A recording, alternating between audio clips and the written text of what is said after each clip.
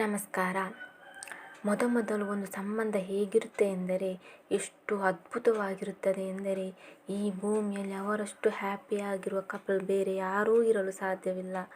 ಆದರೆ ಯಾರ ಕಣ್ಣು ಬಿತ್ತು ಏನು, ಅಷ್ಟು ಇಷ್ಟಪಡುತ್ತಿದ್ದ ಜೀವ ಈಗ ನನ್ನನ್ನು ಬಿಡಿ, ನನ್ನ ಮೆಸೇಜನ್ನು ಕೂಡ ನೋಡಿದರೆ ಇರಿಟೇಟ್ ಆಗುತ್ತೆ, ಕೋಪ ಬರುತ್ತೆ, ಕಾಲ್ ಪಿಕ್ ಮಾಡಲ್ಲ.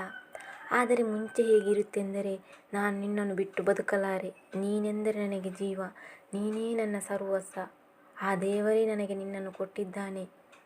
ಒಂದು ಮೆಸೇಜ್ ಸೆಂಡ್ ಆಗಲು ಪುರ್ಸೊತ್ತಿಲ್ಲ, ತಕ್ಷಣ ರಿಪ್ಲೈ ಮಾಡುತ್ತಿದ್ದರು. ಒಂದು ವೇಳೆ ನಾನು ಕಾಲ್ ಮಾಡಿಲ್ಲಂದರೆ ಅವರೇ ಆಗಾಗ ಕಾಲ್ ಮಾಡುತ್ತಿದ್ದರು. ನನಗೆ ಏನು ಇಷ್ಟವೋ ಅದನ್ನೆಲ್ಲ ಚಾಚೂ ತಪ್ಪದೆ ಮಾಡುತ್ತಿದ್ದರು. ಆದರೆ ಯಾಕೆ ಹೀಗೆ ಮಾಡುತ್ತಿದ್ದರೆ ಗೊತ್ತಿಲ್ಲ. ನನ್ನನ್ನು ಇಗ್ನೋರ್ ಮಾಡ್ತಾ ಇದ್ದಾರೆ, ಮಾತಾಡಿಸಲ್ಲ, ಕಾಲ್ ಪಿಕ್ ಮಾಡಲ್ಲ. ಯಾಕೆ ಯಾಕೆ ಅಂತ 1000 ಕ್ವಶನ್ ನಿಮ್ಮಲ್ಲಿ ಬರಬಹುದು. ಶುರುವಿಗೆ ಆ ವ್ಯಕ್ತಿ ನಿಮಗೆ ಅತಿಯಾದ ಪ್ರೀತಿ ಕೊಡ್ತಾ ಇರ್ತಾರೆ. ಕಾಲ್ ಮಾಡೋದು, ಗಡಿ ಗಡಿ ಮೀಟ್ ಆಗೋದು, ನಿಮಗೆ ಏನು ಇಷ್ಟನೋ ಅದನ್ನೆಲ್ಲ ಮಾಡ್ತಾ ಇರ್ತಾರೆ. ಕೊನೆಗೆ ಇದ್ದಕ್ಕಿದ್ದ ಹಾಗೆ ನಿಮ್ಮನ್ನು ಬಿಟ್ಟು ಹೋಗ್ತಾರೆ. ಆಗ ನಿಮಗೆ ಅದನ್ನು ತಡೆಯೋಕೆ ಆಗಲ್ಲ, ಯಾಕೆಂದರೆ ನೀವು ಅದಕ್ಕೆ ಅಡಿಕ್ಷನ್ ಆಗಿ ಬಿಟ್ಟಿರ್ತೀರ. ಅವರಿಲ್ಲದೆ ಕೈಕಲಾಡೋದಿಲ್ಲ, ಟೆನ್ಷನ್ ಆಗೋದು, ಮುಂತಾದ ಸಮಸ್ಯೆಗಳು ಬರೋದು ಯಾಕೆಂದರೆ ನೀವು ಅವರಿಗೆ ಡಿಪೆಂಡ್ ಆಗಿರ್ತೀರ. ಹಾಗಾದರೆ ಯಾರಾದರೂ ನಿಮ್ಮನ್ನು ನಿರ್ಲಕ್ಷಿಸಿದರೆ ಏನು ಮಾಡೋದು? ಅವರು ರಾತ್ರಿ ಹಗಲು ನನ್ನನ್ನೇ ಯೋಚಿಸುವ ರೀತಿ ಹೇಗೆ ಮಾಡೋದು ನೋಡುವ. ಮೊದಲು ಯಾರಾದರೂ ನಿಮ್ಮನ್ನು ನಿರ್ಲಕ್ಷಿಸಿದರೆ ಅದನ್ನು ಸುಲಭವಾಗಿ ತೆಗೆದುಕೊಳ್ಳಿ, ಅಂದರೆ ಈಸಿಯಾಗಿ ತೆಗೆದುಕೊಳ್ಳಿ. ಇದು ಹೇಳಲು ಸುಲಭ, ಬಟ್ ತುಂಬ ಕಷ್ಟವಿದೆ. ಇದು ಪ್ರೀತಿಯಲ್ಲಿ ಸೋತವರಿಗೆ ಅನುಭವವಿರಬಹುದು. ಆದರೆ ನಮ್ಮ ಜೀವನ ನಮ್ಮ ಕೈಯಲ್ಲಿದೆ. ಆದುದರಿಂದ ನೀವು ಈ ಕೆಲಸಗಳನ್ನು ಮಾಡಿ. ಮೊದಲನೆಯದಾಗಿ ಅವರೊಂದಿಗೆ ವೈಯಕ್ತಿಕವಾಗಿ ಮಾತಾಡಿ, ಅಂದರೆ ಪರ್ಸನಲ್ ಆಗಿ, ಕಾಲಲ್ಲಿ ಅಲ್ಲ, ನೇರವಾಗಿ ಹೋಗಿ ಮಾತಾಡಿ. ಹೀಗೆ ಆಗಲು ಕಾರಣ, ಈ ಸಮಸ್ಯೆಯ ಕಾರಣವನ್ನು ಹೇಗೆ ಪರಿಹರಿಸಬೇಕೆಂದು ತಿಳಿಯಿರಿ ಮತ್ತು ನಿಮ್ಮ ಸಮಸ್ಯೆಗಳನ್ನು ಸ್ಪಷ್ಟಪಡಿಸಿ. ಒಂದು ವೇಳೆ ಇದಕ್ಕೆ ಅವರು ರಿಯಾಕ್ಟ್ ಮಾಡದಿದ್ದಲ್ಲಿ, ಅಥವಾ ನಿಮ್ಮದೇ ತಪ್ಪು ಅಂತ ಒತ್ತಿ ಒತ್ತಿ ಹೇಳಿದ್ದಲ್ಲಿ, ಅಥವಾ ಆ ಸಮಯದಲ್ಲೂ ನಿಮ್ಮನ್ನು ಇಗ್ನೋರ್ ಮಾಡಿದ್ದಲ್ಲಿ ಬಾಯ್ ಅಂತ ಹೇಳಿ ಬನ್ನಿ. ನಿಮಗೆ ಮರ್ಯಾದೆ ಸಿಗದ ಜಾಗದಲ್ಲಿ ನಿಮ್ಮ ಚಪ್ಪಲಿಯನ್ನು ಸಹ ನೀವು ಇಡಬೇಡಿ. ಅದರ ಬದಲು ನಿಮಗೆ ಸಂತೋಷವನ್ನುಂಟು ಮಾಡುವ ಯಾವುದಾದರೂ ವಿಷಯದ ಮೇಲೆ ನಿಮ್ಮ ಗಮನವನ್ನು ತಿರುಗಿಸಿ. ಇದರಲ್ಲಿ ಮೊದಲು ನೀವು ಗಮನ ಹರಿಸಬೇಕಾದದ್ದು ನಿಮ್ಮ ಸೆಲ್ಫ್ ಲವ್ನ ಮೇಲೆ. ನೀವು ಚೆನ್ನಾಗಿದ್ದರೆ ಈ ಜಗತ್ತೇ ಸುಂದರ. ಹೆಚ್ಚಾಗಿ ಏನು ಮಾಡ್ತೀರಾ ಅಂದರೆ ಲವ್ವಲ್ಲಿ ಇರುವ ಸಮಯದಲ್ಲಿ ಅವರೇ ಪ್ರಪಂಚ ಅಂದುಕೊಂಡು ಅವರ ಹಿಂದೆ ಹೋಗುವ ಭರದಲ್ಲಿ ಎಲ್ಲ ಫ್ರೆಂಡ್ಸ್ಗಳನ್ನು, ರಿಲೇಷನ್ಗಳನ್ನು ಕಳೆದುಕೊಂಡಿರುತ್ತೀರ. ಆದರೆ ಇದು ಒಂದು ಒಳ್ಳೆಯ ಸಮಯ. ಹೋಗಿ ಫ್ರೆಂಡ್ಸ್ ಜೊತೆ ತಿರುಗಿ, ಬಿಸ್ನೆಸ್ ಸ್ಕಿಲ್ಸ್ನ ಬಗ್ಗೆ ತಿಳಿಯಿರಿ, ಬಾಡಿ ಫಿಟ್ನೆಸ್ ಇಟ್ಕೊಳ್ಳಿ, ಒಳ್ಳೆಯ ಜಾಬ್ ಸೇರಿ, ಸುತ್ತ ಇರುವವರನ್ನು ನಗಿಸಿ, ಸಂತೋಷದಿಂದ ಇರಿ.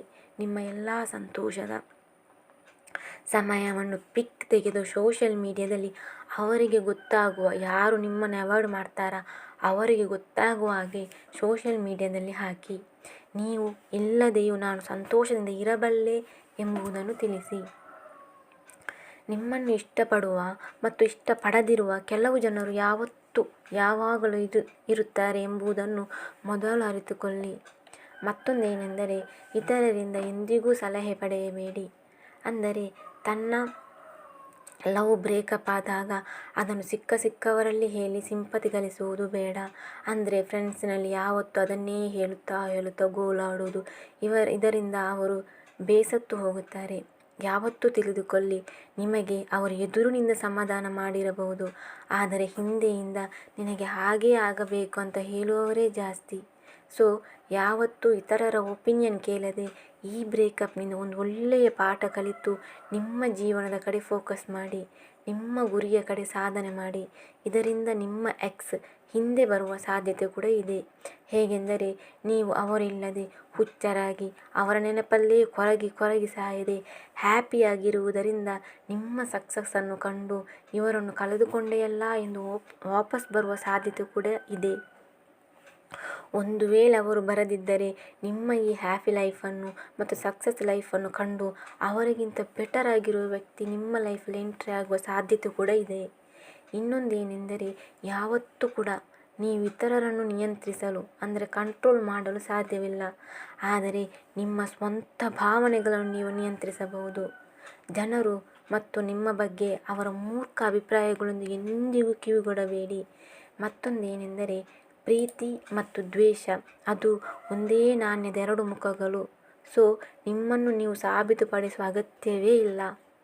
ನಿಮ್ಮ ಹೃದಯವನ್ನು ಶುದ್ಧವಾಗಿಡಿ ಮತ್ತು ಅವರ ಬಗ್ಗೆ ಎಂದಿಗೂ ಯೋಚಿಸಬೇಡಿ ಮತ್ತು ಯಾವಾಗಲೂ ಸಂತೋಷವಾಗಿರಿ. ಅವರು ನಿಮ್ಮೊಂದಿಗೆ ಇರಲು ಬಯಸದಿದ್ದರೆ ಅವರನ್ನು ಬಿಡುವುದು ತಪ್ಪಲ್ಲ. ನೀವು ಸಹ ನಿಮ್ಮ ಘನತೆ ಮತ್ತು ಗೌರವ ಶಾಂತಿಯನ್ನು ಉಳಿಸಿಕೊಳ್ಳುವ ಜವಾಬ್ದಾರಿ ನಿಮ್ಮದು. ಕೊನೆಯದಲ್ಲಿ ಒಂದು ಮಾತು, ನಿಮ್ಮನ್ನು ಇಗ್ನೋರ್ ಮಾಡ್ತಾರಲ್ಲ, ಅಂದರೆ ನಿಮ್ಮನ್ನು ಬಿಟ್ಟು ಹೋಗಿರುವ ವ್ಯಕ್ತಿ, ಆ ವ್ಯಕ್ತಿಯ ಜೊತೆ ನನಗೆ ಫ್ಯೂಚರ್ ಇದೆಯಾ? ಆ ವ್ಯಕ್ತಿ ಜೊತೆ ನಾನು ಸಂಬಂಧ ಬೆಳೆಸಬಹುದಾ? ಇಂತಹ ಒಂದು ವ್ಯಕ್ತಿಯನ್ನು ನನ್ನ ಮಕ್ಕಳಿಗೆ ತಂದೆ ಅಥವಾ ತಾಯಿಯಾಗಿ ನಾನು ಚೂಸ್ ಮಾಡಬಹುದಾ? ಅಥವಾ ನಾಳೆ ನನ್ನ ಪ್ಯಾರೆಂಟ್ ಯಾರಾದರೂ ಸಿಕ್ಕಾಗ ನಾನು ಯಾವಾಗ ಡಿಸಿಷನ್ ತೆಗೆಯಲಿಕ್ಕೆ ಆಗಲ್ವೋ ಈ ವ್ಯಕ್ತಿ ನನ್ನ ಪರವಾಗಿ ಡಿಸಿಷನ್ ತೆಗೆಯಬಹುದಾ? ಇವರು ನನಗೆ ಎಮೋಷನ್ ಥಾಟ್ಸ್ ಕೊಡ್ತಾ ಇದ್ದಾರಾ? ಇದನ್ನೆಲ್ಲ ಅನಲೈಸ್ ಮಾಡೋದು ತುಂಬಾ ಮುಖ್ಯ. ಈಗ ಹೇಳಿದ ಎಲ್ಲ ಗುಣ ಅವರಲ್ಲಿದ್ದರೆ ಅವರ ಹಿಂದೆ ಹೋಗಿ ತಪ್ಪಿಲ್ಲ. ಆದರೆ ನಿಮ್ಮನ್ನು ನಿರ್ಲಕ್ಷಿಸುವ ಈ ಗುಣಗಳು ಯಾವುದೇ ಇಲ್ಲದೇ ಇರುವ ವ್ಯಕ್ತಿಯನ್ನು ನಿರ್ಲಕ್ಷಿಸಿ. ನಿಮ್ಮ ಸುತ್ತಲೂ ಲಕ್ಷಾಂತರ ಜನರಿದ್ದಾರೆ. ನೀವು ಯಾವಾಗಲೂ ಹೊಸ ಸ್ನೇಹಿತರನ್ನು ಪಡೆದುಕೊಳ್ಳಬಹುದು ಮತ್ತು ನಿಮ್ಮನ್ನು ನಿಜವಾಗಿಯೂ ಮೆಚ್ಚುವ ಯಾರಾದರೂ ಯಾವಾಗಲೂ ಇದ್ದೇ ಇರುತ್ತಾರೆ. ಕಾರ್ಯನಿರತರಾಗಿರಿ ಮತ್ತು ನಿಮ್ಮ ಗುರಿಯತ್ತ ಗಮನ ಹರಿಸಿ ಅಂತ ಹೇಳುತ್ತಾ, ಯಾರಾದರೂ ಸಬ್ಸ್ಕ್ರೈಬ್ ಮಾಡದೆ ನೋಡುತ್ತಿದ್ದರೆ ಪ್ಲೀಸ್ ಸಬ್ಸ್ಕ್ರೈಬ್ ಮಾಡಿ. ಈ ವಿಡಿಯೋ ನಿಮಗೆಲ್ಲ ಇಷ್ಟವಾಗಿದೆ ಎಂದು ಬಯಸುತ್ತೇನೆ.